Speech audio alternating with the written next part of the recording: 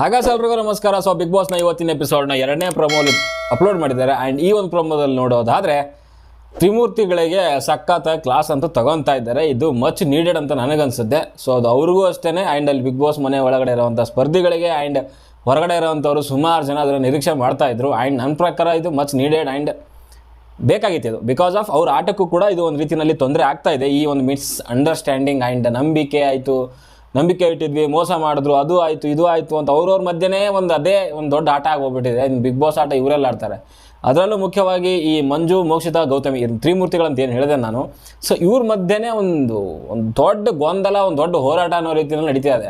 ಅದು ಬಂದು ಟಾಸ್ಕಲ್ಲೂ ಕೂಡ ಪ್ರಾಬ್ಲಮ್ ಮಾಡ್ತಿದೆ.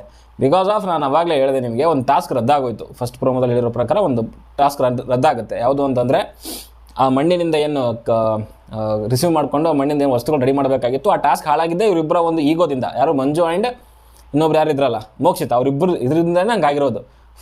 ಸೀಸನ್ 10 ಆಗ್ತಿತ್ತಲ್ಲ ವಿನಯ್ ವರ್ಸಸ್ ಸಂಗೀತ ಇದ್ದಾಗ ಅವರಿಬ್ಬರ ಮಧ್ಯೆ ಗಲಾಟೆ ಕಿತ್ತಾಟ ಆಗಿ ಪರ್ಸ್ನಲ್ ವಿಷಯಗಳಿಗೆ ಮಿಕ್ಕಿದಂತ ಸಫರ್ ಮಾಡ್ತಾಯಿದ್ರು. ಕಷ್ಟಪಟ್ಟು ಅವ್ರು ಆಡೋದು, ಇವರಿಬ್ಬರ ಒಂದು ಈಗೋ ಮತ್ತು ಈ ಕಿತ್ತಾಟಕ್ಕೋಸ್ಕರ ಟಾಸ್ಕ್ಗಳು ಹಾಳಾಗುವಂಥದ್ದು. ಸೊ ಮೊನ್ನೆ ಒಂದು ಟಾಸ್ಕಲ್ಲೂ ಹಾಗೆ ಆಯಿತು. ಮೋಕ್ಷಿತಾ ಮತ್ತು ಯಾರು ಮಂಜು ಅವರಿಬ್ಬರ ಒಂದು ಪರ್ಸ್ನಲ್ ರೀಸನ್ಗಳು ಇಟ್ಕೊಂಡು ಅವರು ಒಂದು ಕರೆಕ್ಟಾಗಿ ಉಸ್ತುವಾರಿ ಮಾಡಲೇ ಇಲ್ಲ ಅಲ್ಲಿ.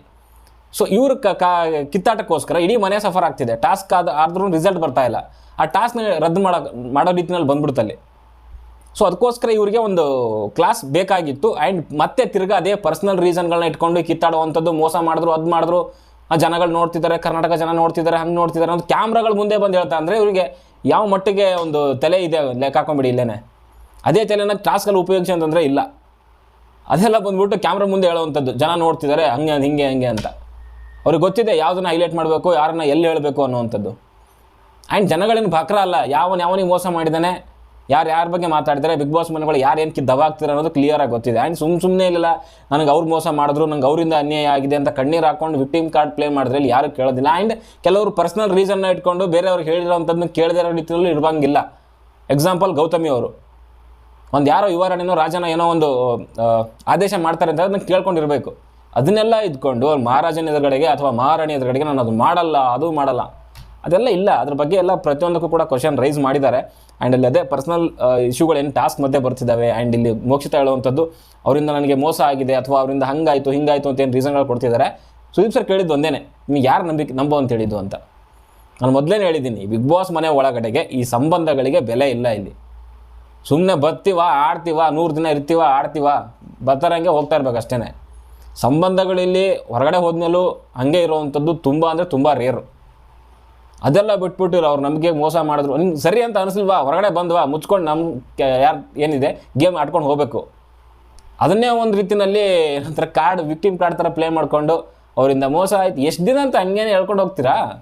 ಅದು ಬೇರೆಯವ್ರ ಹತ್ರ ಹೇಳ್ಕೊಂಡು ಅವರಿಬ್ಬರು ಬೇರೆ ಖಾಲಿ ಕುಂತಿರ್ತಾರೆ ಕೇಳಿಸ್ಕೊಳ್ಳೋಕ್ಕೆ. ಅವ್ರಿಗೂ ಏನು ಕೆಲಸ ಇಲ್ಲ, ಕ್ಯಾಮ್ ಇಲ್ಲ, ಟಾಸ್ಕಲ್ಲಿ ಪರ್ಫಾರ್ಮ್ ಮಾಡಲ್ಲ, ಏನಿಲ್ಲ. ಇವ್ರು 3 ಜನ ಸೇರ್ಕೊಂಡು ಅವರಿಬ್ಬರ ಬಗ್ಗೆ ಮಾತಾಡೋವಂಥದ್ದು ಇದೇ ನಡೀತಿತ್ತು ಇಷ್ಟು ದಿವಸದಿಂದ. ಅದನ್ನು ಇವತ್ತು ಒಂದು ಕ್ಲಾಸ್ ಅಂತೂ ತೊಗೊಂಡಿದ್ದಾರೆ. ಇನ್ನು ಮುಂದೆ ಆದರೆ ಅಟ್ಲೀಸ್ಟ್ ಅವ್ರವ್ರ ಗೇಮ್ಗಳನ್ನು ನೀಟಾಗಿ ಆಡ್ಕೊಂಡು ಹೋದರೆ ಒಳ್ಳೆಯದು. ಇಲ್ಲ ನನಗೆ ಬರೀ ಅದೇ ಮೋಸ ಮಾಡಿದ್ರು, ನಂಬಿಕೆ ದ್ರೋಹ ಆಯಿತು, ಅದಾಯಿತು ಇದಾಯಿತು ಅನ್ಕೋದು ಕೂತ್ಕೊಂಡ್ರೆ ಹಾಗೆ ಗೇಟಿಂದ ಆಚೆ ಬರಬೇಕಾಗುತ್ತೆ. ಆಮೇಲೆ ವೋಟ್ ಮಾಡ್ತಾರೆ, ಇದು ಮಾಡ್ತಾರೆ ಅಂತ ಥಿಂಕ್ ಮಾಡಿದ್ರೆ ಅದು ನಿಮ್ಮ ದಡ್ಡತನ. ನಿಮ್ಗೇನು ಇರಲಿಲ್ಲ ಅಂತಂದರೆ ವೋಟ್ ಬಂದರೂ ಅಷ್ಟೇ, ಬಂದಿಲ್ಲ ಅಂದರೂ ಅಷ್ಟೇ, ಗೇಟ್ ಓಪನ್ ಮಾಡ್ತಾರೆ, ಆಚೆ ಕಳಿಸ್ತಾ ಇರ್ತಾರೆ ಅಷ್ಟೇ. ವೋಟು ಗೀಟ್ ಯಾವುದೂ ಮ್ಯಾಟ್ರ್ ಆಗೋದಿಲ್ಲ ಅಲ್ಲಿ. ಓಕೆ. ಆ್ಯಂಡ್ ಇನ್ನೊಂದು ಕೆಲವೊಂದು ಲೈವ್ ಅಪ್ಡೇಟ್ಗಳೇನು ಅಂತಂದರೆ, ಇವತ್ತಿನ ಒಂದು ಎಪಿಸೋಡಲ್ಲಿ ಫಸ್ಟ್ ಸೇವ್ ಆಗುವಂಥದ್ದು ಸುರೇಶ್ ಅವರು ಆ್ಯಂಡ್ ಸೆಕೆಂಡ್ ಸೇವ್ ಆಗುವಂಥದ್ದು ತ್ರಿವಿಕ್ರಮ್ ಅವರು ಅಂತ. ಸೊ 2 ಸೇವ್ ಮಾಡಿದ್ದಾರೆ.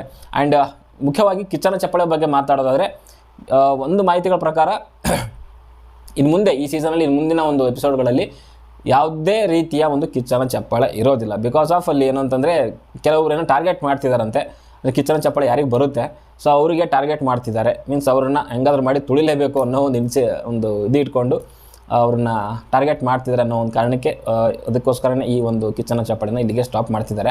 ಆ್ಯಂಡ್ ನನ್ನ ಪ್ರಕಾರ ಅದನ್ನು ಸ್ಟಾಪ್ ಮಾಡೋದೇ ಒಳ್ಳೆಯದತ್ತೆ. ಸುಮ್ಮನೆ ಆಮೇಲೆ ಅವ್ರಿಗೆ ಕೊಟ್ಟರು ಇವ್ರಿಗೆ ಕೊಡಲಿಲ್ಲ, ಇವ್ರಿಗೆ ಕೊಟ್ಟರು ಅವ್ರಿಗೆ ಕೊಡಲಿಲ್ಲ, ಅವ್ರು ಚೆನ್ನಾಗಿ ಆಡಿದ್ರು ಆ ವಾರ ಅವ್ರಿಗೆ ಬಿಟ್ಟು ಇವ್ರಿಗೆ ಯಾಕೆ ಕೊಟ್ಟರು ಅನ್ನೋದು ಸುಮ್ಮನೆ ಸುದೀಪ್ ಸರ್ ಮೇಲೆ ಅದು ಬ್ಲೇಮ್ ಬರೋವಂಥದ್ದು.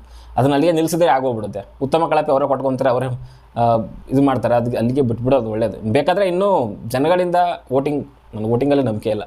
ಇವ್ರು ವೋಟಿಂಗ್ ಮಾಡೋದು ಏನು ಸತ್ಯ ಒಳಗಡೆ ಕಳಿಸ್ತಾರೆ ಅನ್ನೋದು ಅದು ಇನ್ನೂ ಬೇರೆ ವಿಷಯನೇ ಬಿಡಿ.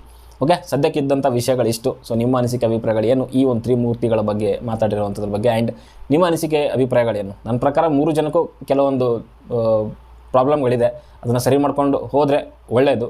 ಗೇಮ್ ರೀತಿಯಲ್ಲಿ ಆಡಬೇಕು. ಪರ್ಸ್ನಲಾಗಿ ಹಾಗೆ ಹೀಗೆ ಗೆಳೆಯ ಗೆಳತಿ ಪಾಸಿಟಿವಿಟಿ ನೆಗೆಟಿವಿಟಿ ಇವೆಲ್ಲ ಬೋಗಸ್. ಓಕೆ, ಆಡೋಕ್ಕೆ ಬಂದಿದ್ರೆ ನೀಟಾಗಿ ಆಡಿ ಗೆದ್ಕೊಂಡು ಹೋಗಿ, ಎಷ್ಟು ದಿನ ಇರ್ತೀರ ಅಷ್ಟು ದಿನ ಚೆನ್ನಾಗಿ ಆಡ್ಕೊಂಡು ಹೋಗಿ ಅಷ್ಟೇ ಅಂತ ಹೇಳುವಂಥದ್ದು ನಾನು. ಸೊ ಸದ್ಯಕ್ಕೆ ಈ ವಿಡಿಯೋದಲ್ಲಿ ವಿಡಿಯೋ ಇಷ್ಟ ಲೈಕ್ ಮಾಡಿ, ಶೇರ್ ಮಾಡಿ, ಚಾನಲ್ ಸಬ್ಸ್ಕ್ರೈಬ್ ಮಾಡ್ಕೊಳ್ಳಿ ಅಂತ ಹೇಳ್ತಾ ಮುಂದಿನ ವಿಡಿಯೋದಲ್ಲಿ ಸಿಗೋವರೆಗೂ ಬಾಯ್.